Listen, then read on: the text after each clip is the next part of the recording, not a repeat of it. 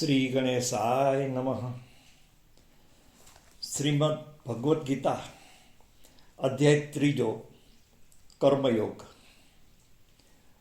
અર્જુને પૂછ્યું, હે જનાર્દન, આપે કર્મ કરતા જ્ઞાનને શ્રેષ્ઠ માન્યું છે, તો પછી આપ મને ઘોર કર્મ કરવા કેમ કહો છો? આપ ક્યારેક જ્ઞાનની પ્રશંસા કરો છો તો ક્યારેક કર્મની પ્રશંસા કરો છો.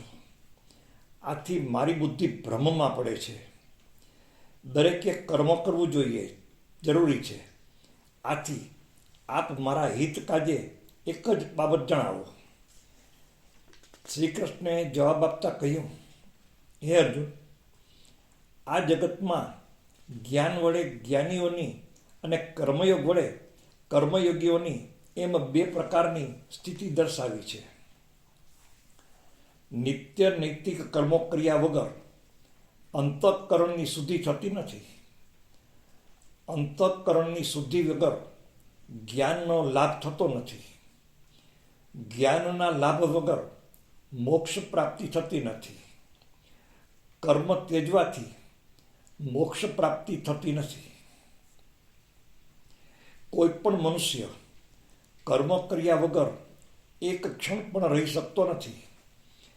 કારણ કે બધા પ્રાણીઓ પ્રકૃતિના ગુણોને વશ થઈ અને કર્મ કરે છે.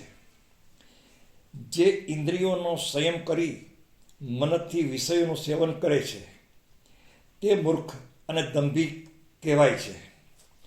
પણ જે મનુષ્ય મનથી જ્ઞાનેન્દ્રિયોને દબાવી ફળ માટે અનાસક્ત થઈ અને માત્ર કર્મયોગનું અનુષ્ઠાન કર્મેન્દ્રિયો દ્વારા કરે છે તે શ્રેષ્ઠ છે. સંધ્યા, ઉપાસના વગેરે કર્મ દરરોજ કરવા જોઈએ. જો તું બધી રીતે કર્મ કરવાનું છોડી દેશે તો તારું શરીર પણ ટકી શકશે નહીં. ઈશ્વર નિમિત્ત કર્મ સિવાયના બીજા કર્મ બંધનમાં નાખનાર છે. આથી ફળની ઈચ્છા વગર ત્યજી દઈ અને કર્મ કર. અગાઉ બ્રહ્માએ યજ્ઞ સહિત પ્રજાને સર્જી ત્યારે તેમણે કહેલું કે આ યજ્ઞ વડે તમે દેવોને સંતુષ્ટ કરો તો દેવો તમને વાંછિત ભોગ આપશે. પરંતુ તેમણે તમને જે આપ્યું તે તમે દેવોને અર્પણ કર્યા વગર ભોગવો તો તમે ચોર ઠરો. યજ્ઞ કર્યા પછી વધેલું જમનારા સજ્જન છે તે સર્વ પાપોથી મુક્ત થાય છે. પણ જે મનુષ્ય પોતાના માટે રાંધે છે તે પાપનું ભક્ષણ કરી રહ્યા છે. પ્રાણીઓની ઉત્પત્તિ અન્ન વડે થાય છે. અન્ન વરસાદથી થાય છે. વરસાદ યજ્ઞથી થાય છે અને યજ્ઞ કર્મથી થાય છે. કર્મ વેદથી ઉત્પન્ન થાય છે ને વેદ પરમાત્માથી ઉત્પન્ન થાય છે. આમ પરમાત્મા યજ્ઞમાં રહેલા છે, માટે યજ્ઞાદિ કર્મ કરવા જોઈએ. જે મનુષ્ય જગતમાં યજ્ઞાદિ કર્મ કરતો નથી તે ભારરૂપ છે અને તે વૃથા જીવે છે. પરંતુ જે આત્મામાં રાચે છે, આત્મામાં તૃપ્ત રહે છે અને આત્મામાં સંતોષી રહે છે, તેને કોઈ કર્મ કરવાનું રહેતું નથી. જનક વૈદી જેવા રાજવી પણ ફળમાં અનાસક્ત રહી કર્મ દ્વારા જ ઉત્તમ સિદ્ધિ હાંસલ કરી શક્યા હતા. તેથી મનુષ્યોને ધર્મમાં પ્રવૃત્ત કરવા માટે તું કર્મ કર. મોટા માણસો જે કંઈ આચરણ કરે છે તેનું અનુકરણ નાનાઓ કરે છે. હે અર્જુન, મારે પોતાને 3 લોકમાં કંઈ કરવાનું કે મેળવવાનું નથી, છતાં હું કર્મમાં પ્રવૃત્ત રહું છું. જો હું કર્મ ન કરું તો બધા મારું અનુકરણ કરવા માંડશે અને કર્મોને છોડી દેવાથી નાશ પામશે. આથી કરી અને વર્ણશંકર જાતિ પેદા થશે અને હું વર્ણશંકરતાનો સર્જક અને તેના અધપતનનું કારણ બનું. બધા જ કર્મો ઇન્દ્રિયો મારફત કરવામાં આવે છે. અજ્ઞાની મનુષ્ય કર્મમાં આસક્ત થઈ અને કર્મ કરે અને હું કરું છું તેમ માની લે છે, જ્યારે જ્ઞાનીઓ કર્મમાં આસક્ત થયા વગર કર્મ કરે છે. હું પરમાત્માનો અંશ છું ને તેની પ્રેરણાથી હું આ કાર્ય કરું છું એવો નિશ્ચય કરી અને જે કર્મ કરવામાં આવે છે તે મને અર્પણ કરી ફળની આશા છોડી દે, અહંકારનો ત્યાગ કરે અને સ્વકરહિત થઈ યુદ્ધ કરે. જે મનુષ્યો મારા વચનોમાં શ્રદ્ધા રાખી દોષ દ્રષ્ટિ વગરના થઈ અહંકાર રહિત બનીને મારા મતને અનુસરે છે તે મનુષ્ય કર્મ કરતો હોવા છતાં જ્ઞાનીની જેમ તે કર્મથી મુક્ત થાય છે.